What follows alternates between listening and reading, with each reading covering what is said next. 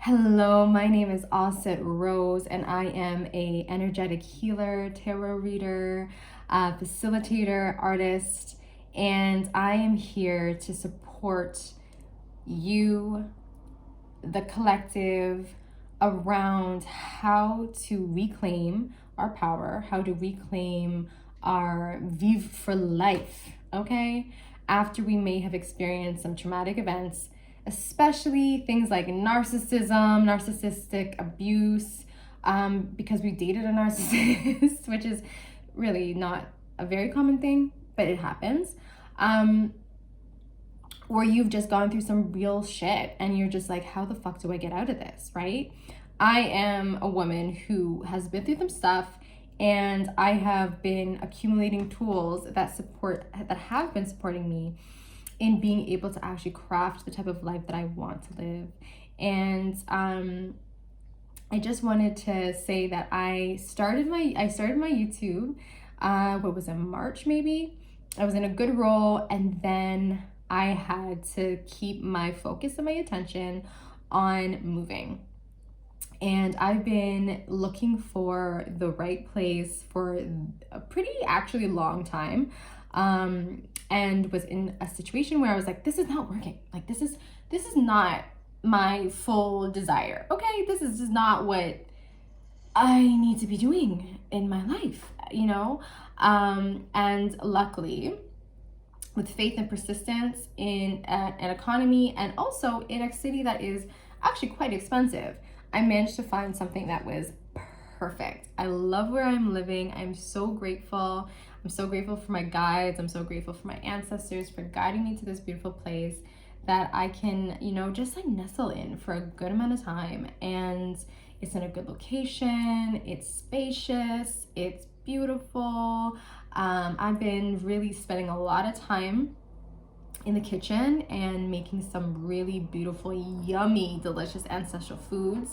And from time to time sharing it with some friends, and it's just been really lovely. And it's, a new season. At the time of the recording, I'm really heading into spring. And so, the city is coming alive. People are, a lot more flirtatious and open and smiling. So it's a good vibe, good vibration. But I'm excited to come back. I'm excited to, continue to be of service and to share more about, what I use, what I am like using to increase my capacity to feel good, to feel an increased sense of self-love and self-worth and deservedness. Because the thing is, all of us deserve that. All of us deserve that.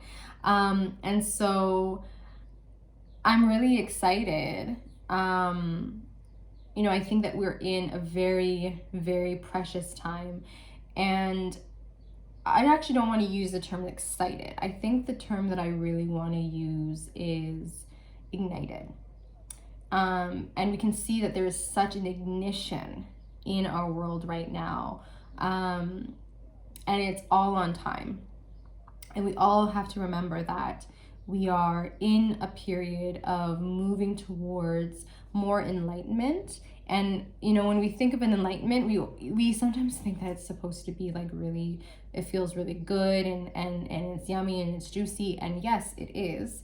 Mind you, however, the original term for enlightenment was during a time where a lot of knowledge and wisdom and resources were really intentionally taken and stolen by European people, or European governments, I should say, European nations. So really, enlightenment, like a lot of words in the English language, multiple meanings depending on who is using it. But all that to say, right, is that I have a deep faith and deep trust that we are moving towards more justice, even if it seems like we're not. And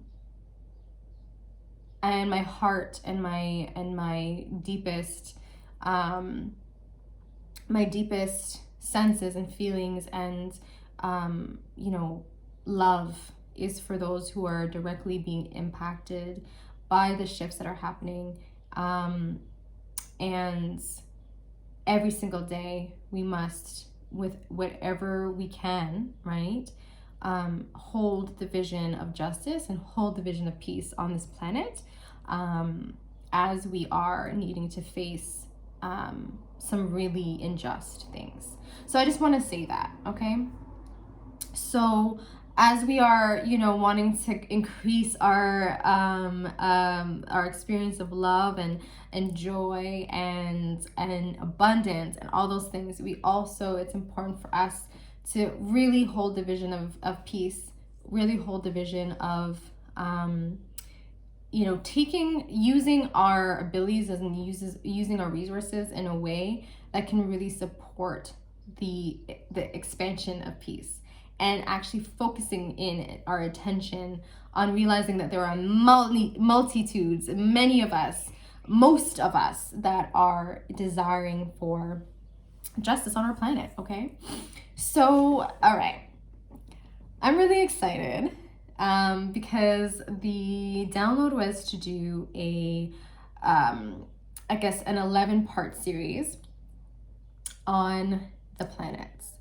And specifically, and I'm including Pluto, okay? I did not Pluto. I'm including Pluto into this. But to speak about the planets in a way that we get to see and experience and feel how much these planets are representations of us. I'm going to record as much as I can in one sitting, but it will be split up into smaller parts according to the actual planet. So it's not going to go necessarily in the order of how the planets are in the elliptical solar system orbit, but in a way it does, okay? In a way it does. So I'm really excited to dive into this. And how does this, relate to our consciousness and our empowerment and our ability to shift things? Well, for millennia, right, people have observed the planets. We know astrology, right? So, and astronomy, right? Those two sciences never, at one point, were actually one science. It wasn't something that was separate. When we understand, for example, if we look to a lot of ancient civilizations, a lot of ancient cultures, including Kemet, which is one of the original names of Egypt. When we look at Greece, who learned from the Cometians. When we look at Sumeria, when we look at, Peruvian ancient cosmology, everywhere around the world, they looked to the stars, they looked to the sky. In our modern time, if you're living in an urban environment, it's very difficult to really feel connected to the sky. There's a lot of light pollution that is making it very difficult for us to really be moved by the stars. But the sky is an essential part of our being. It's both a container, that protects and holds us. It is a story book. It helps us to track trends,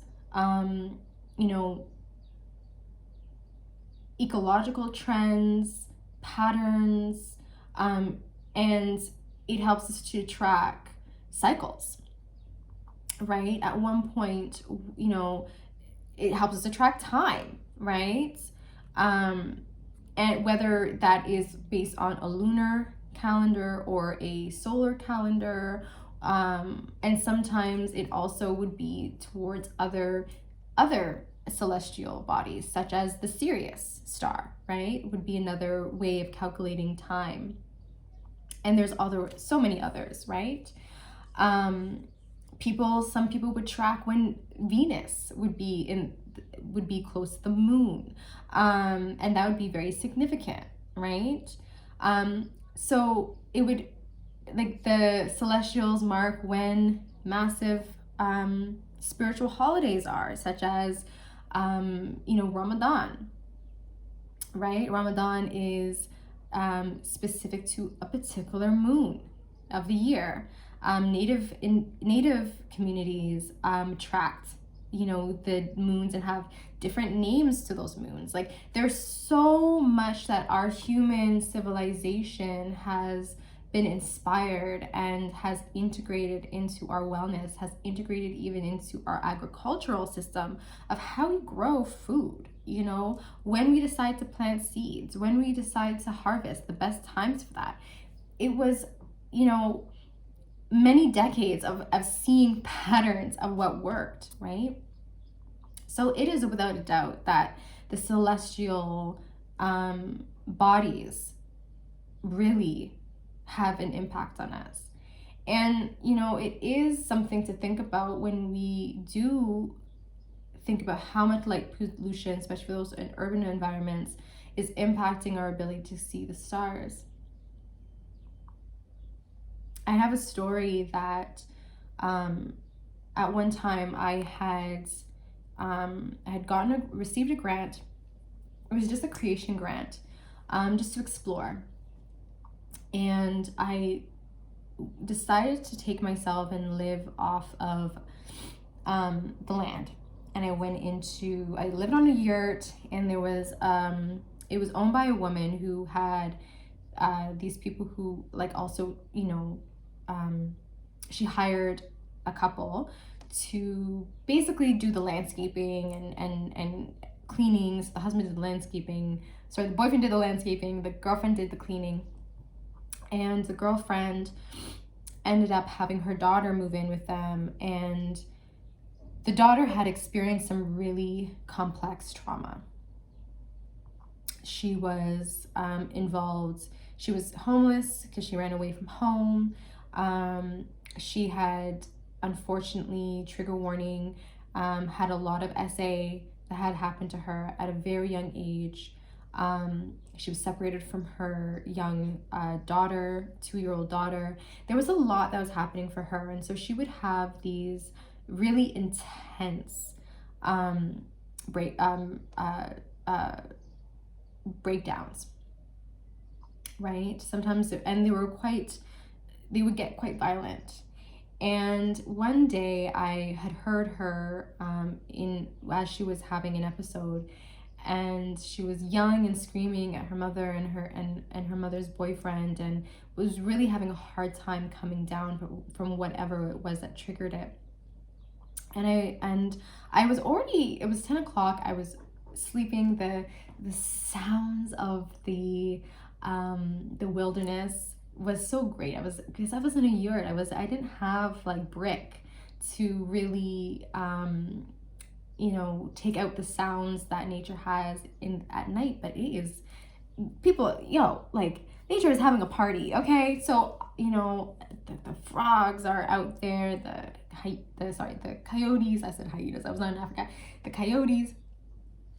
And I heard this young woman she was having a hard time, and I ended up grabbing my selenite and whatever other tools that I thought might help to just support the grounding, right? And I found her, and I said to her, "What's going on?"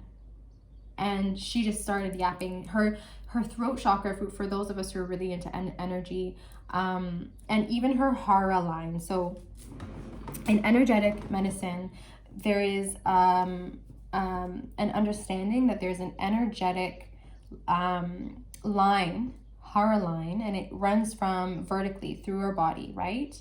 And it connects us both to the universe as well as to the earth. So when that line is in integrity, there is an easy flow of energy throughout the body. This young woman's hara line was like this, okay? If it was really It wasn't straight at all. So in a lot of ways, she was very disassociated from her body. Her spirit was very oftentimes in multiple places because of the trauma that had happened to her. So her throat chakra was burst open. There was no protection through for the throat chakra, right? There's no mesh protection for the throat chakra. So I asked her, I said, what's going on? And she started speaking in a lot of blaming language, and in a language where it was very demeaning to her mother and her mother's boyfriend. So I said, okay. I said, you know what? Let's drop the story right now. Let's drop the story. Come with me. We're going for a walk. So I walked her out into the middle of the field. And she's still talking. And I said, hun, I'm going to invite you to get into some silence right now. You're just going to get silent. Okay? And take 2 to 3 minutes of no talking, but we're just going to look up at the sky.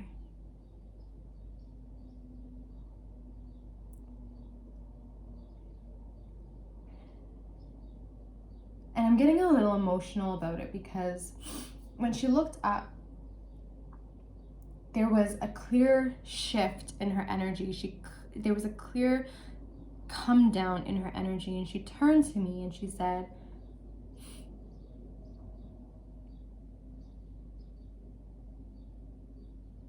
it's like peace just washed over me, is what she said. And then I asked her, what's really going on? And that's when she shared that she just found out that she wasn't going to get her child back. And she couldn't tell her mother that because her mother also was going through her own thing and found out this bad information that wasn't going to be very useful for her. So she ended up getting upset and redirected her energy, right? But it was the stars, the invitation and the guidance for her to just simply look up. And after that experience, she walked to her mother and she apologized for how she was acting and ended up sharing with her what actually was happening underneath. It was profound. It was profound because it brought me back to my memories from when I was a young kid, and every single night in the summer I would look up at the stars. Luckily, the light pollution wasn't as bad at that time, and I spent so much time looking at the stars.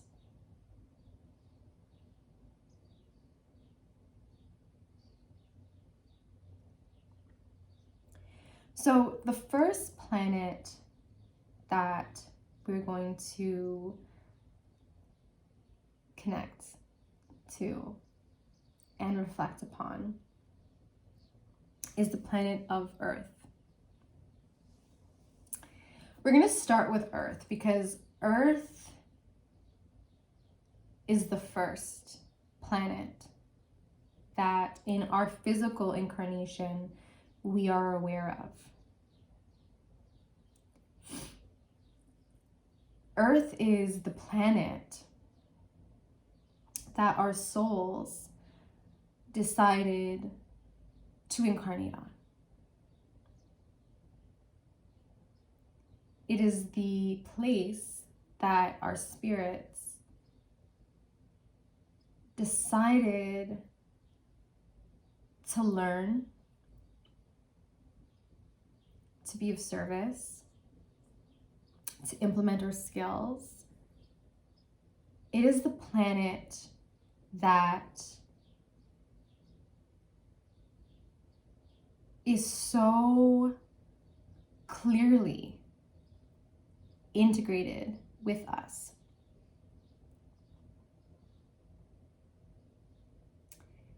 It is a planet that has many stories of trauma, stories of accomplishment, stories of amazing, miraculous feats, epic dramas our Earth has. And our Earth shows us a lot about our bodies. The Earth is actually a huge and important reflection of what is capable and possible and how we are impacted by manifest physical as well as emotional and unseen events. Now, this is the thing, okay, is that throughout this series, I'm going to talk about the planets in a way that is also relating it directly back to us, okay? The best axiom, I believe, one of the best, there's so many good axioms that are out there, but a very common one that we will hear when we're coming into this idea of healing, of wellness, of spirituality, even of religion, is as above, so below. As above, so below. And that is a very deep saying. That is a very deep saying. That is a very deep saying. It has multiple ways that we can understand that, okay? We can go into multiple different dimensions around that. But specifically as it relates to the planets, it's understanding that there is a macro and a micro. The macro is the celestials. The micro is what happens down on Earth. For ourselves and our own personal, like just right here, right here, okay? Right in your own energetic field, okay? There's an above as and so below, right? As above, you have your body. So below, you have, as above, you have your body is the macro. And all the different components, whether that be your organs, your hair, your teeth, your cells, your muscular system, those are the micro of the macro. Okay, you see? Macro, macro. So we're going to be talking about that connection, right? The earth, my loves. The earth, my loves. The earth. The earth is a representation of our bodies. How our bodies function. The earth teaches us that regeneration is possible. Thus, if we have an ailment and we have the right circumstances that are, put into place, we can heal, we can regenerate, right? The same can be said for if there's not enough water in an ecosystem, things will die. If we don't have enough water in our ecosystem, personal ecosystem, things will not function, things will dry out.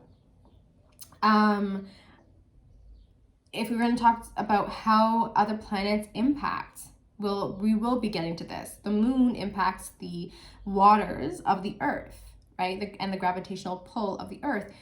It also impacts us as the earth of our being. I've been hearing a lot of people saying, earth is so ghetto, earth is so ghetto. I'm like, listen, we can't be saying that. Like, I'm sorry. First of all, know what you're talking about when we're using certain terms, but we're not going to get into that.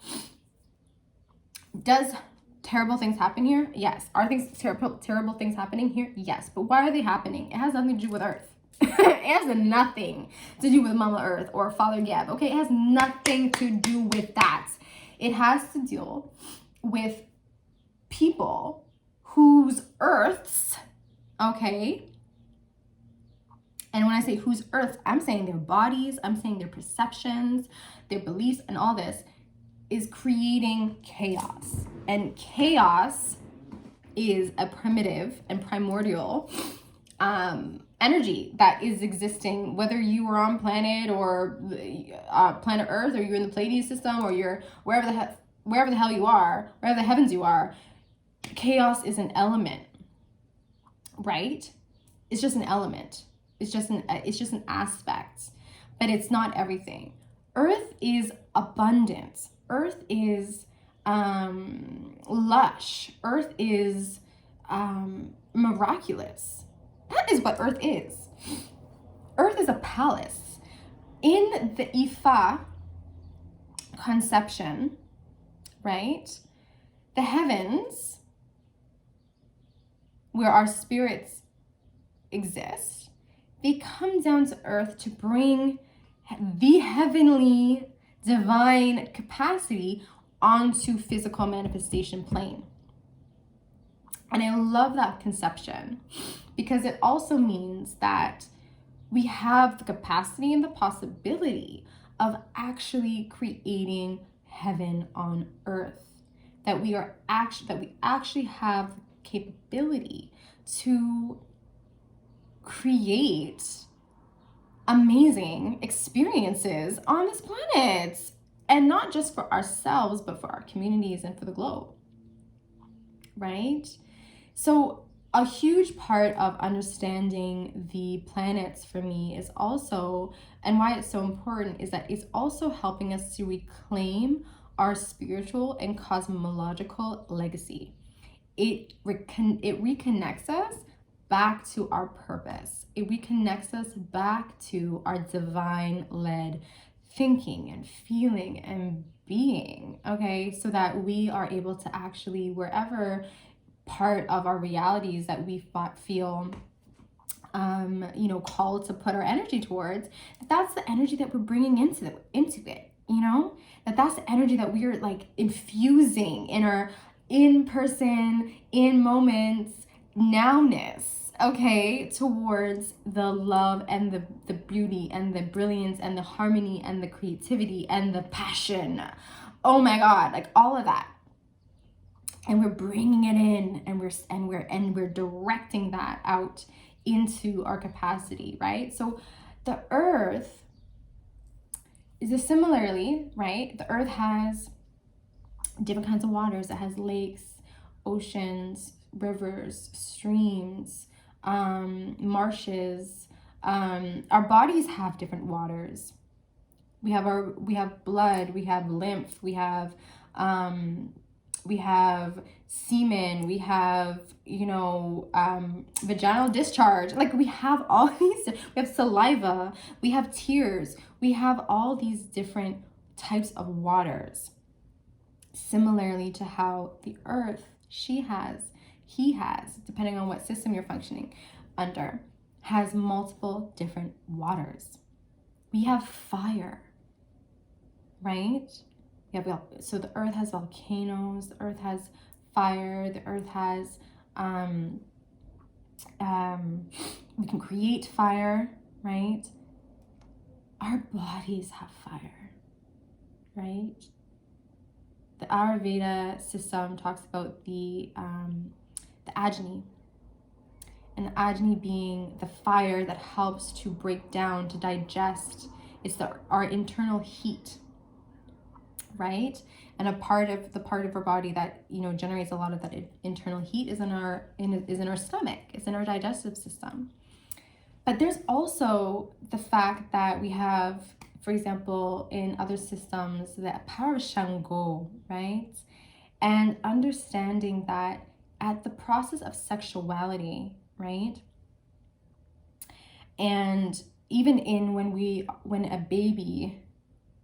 when the sperm and the egg come together, there's actually a spark that happens. We are born of fire, okay? We are air, right? The same way that the wind is blowing, we inhale that wind, we embrace that energy, we embrace that oxygen, and we also pass gas, right? One way or the other, okay? Like there's so much that the earth is a representation of how we function as human beings.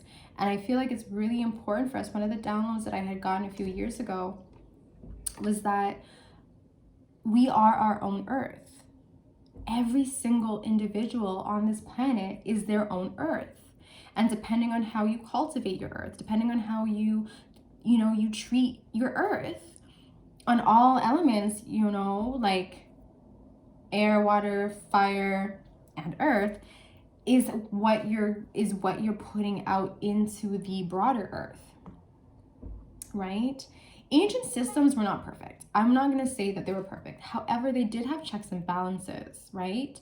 They had checks and balances, and they had multiple ways to actually support integrity within the community, and support the ability for us to actually keep connected to the cosmological framework that would allow us to actually exist in a way that was harmonious. The cultures who didn't have that, or the societies that didn't have that, whether that was in anywhere, right? They were ones who oftentimes had to fight to survive, and they had to, there was the Vikings, and they had their thing too, right? Some societies were very war driven, right? And even in that, we can understand that in different societies, perhaps, this is my hypothesis, that different societies, they were either led or run by different, or were influenced, I would say, by different planetary influences, depending on multiple factors. But that's a whole other thing. So, our body is the earth. The earth is the first planet we come into contact with and we always are in contact with it. We cannot deny it. And so one of the invitations that I would like for us to begin to integrate within our inner consciousness and our awareness is to actually perceive the earth, our own earth, that of our bodies, and also the earth of our planet, right? The planet of Earth. For us to begin to take into our meditations and visualize an earth whose systems are functioning and people are really deeply connected to their personal earth in very beautiful, grounded, healed ways.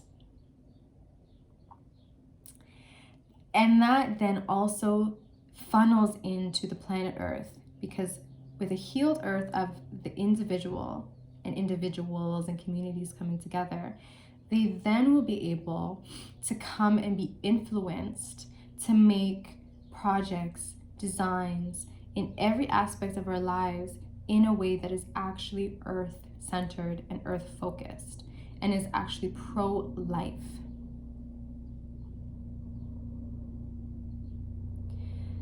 A huge aspect that I keep into the forefront of my mind, and I have to work hard at it just like anybody else, okay, is that the past has already taught us that love is the answer, okay?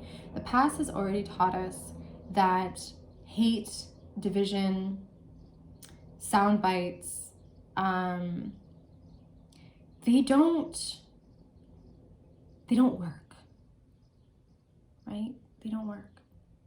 So when we come into the better understanding that there are other approaches, there's other ways of perceiving things that can support us, and knowing that, you know what, it's not, everything's not gonna be perfect, okay? We also will make mistakes. We do make mistakes, and that's okay, okay? But that if we put our energy and intention to listening to what our personal earth systems really have to say and really are thinking, that will actually have positive fractal influence in everything around us, including our planet Earth.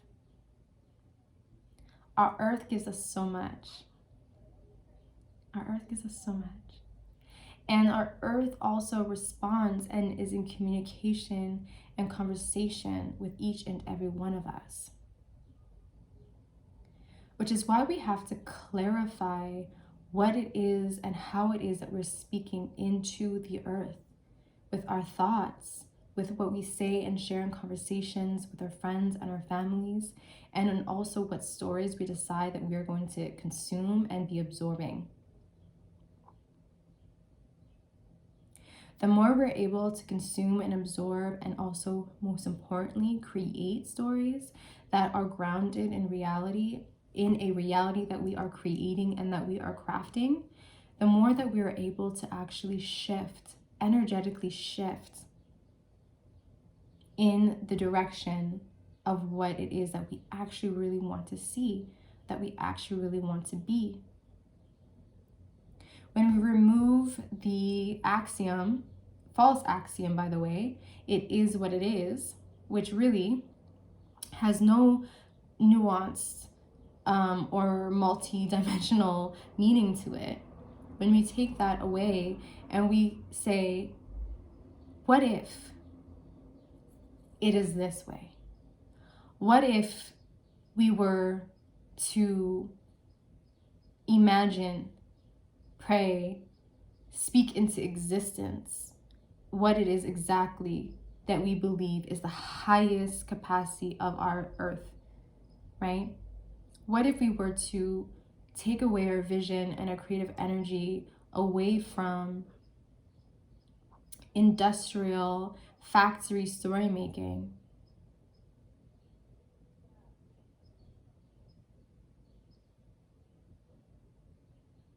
and sit, relish, marinate in the new stories that want to emerge and the old stories that contain resources and a wealth of wisdom to coat our story making capacities in imaginal ways.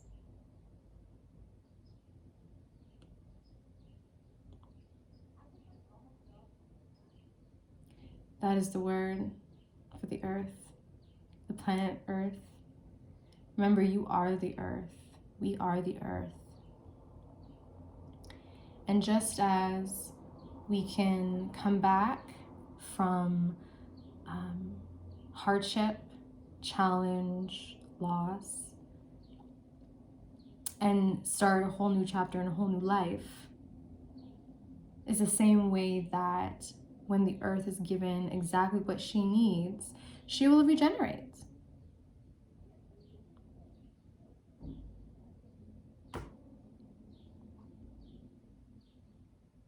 That is the word, honeys. That is the word, beloveds. I'm so honored to share this with you. I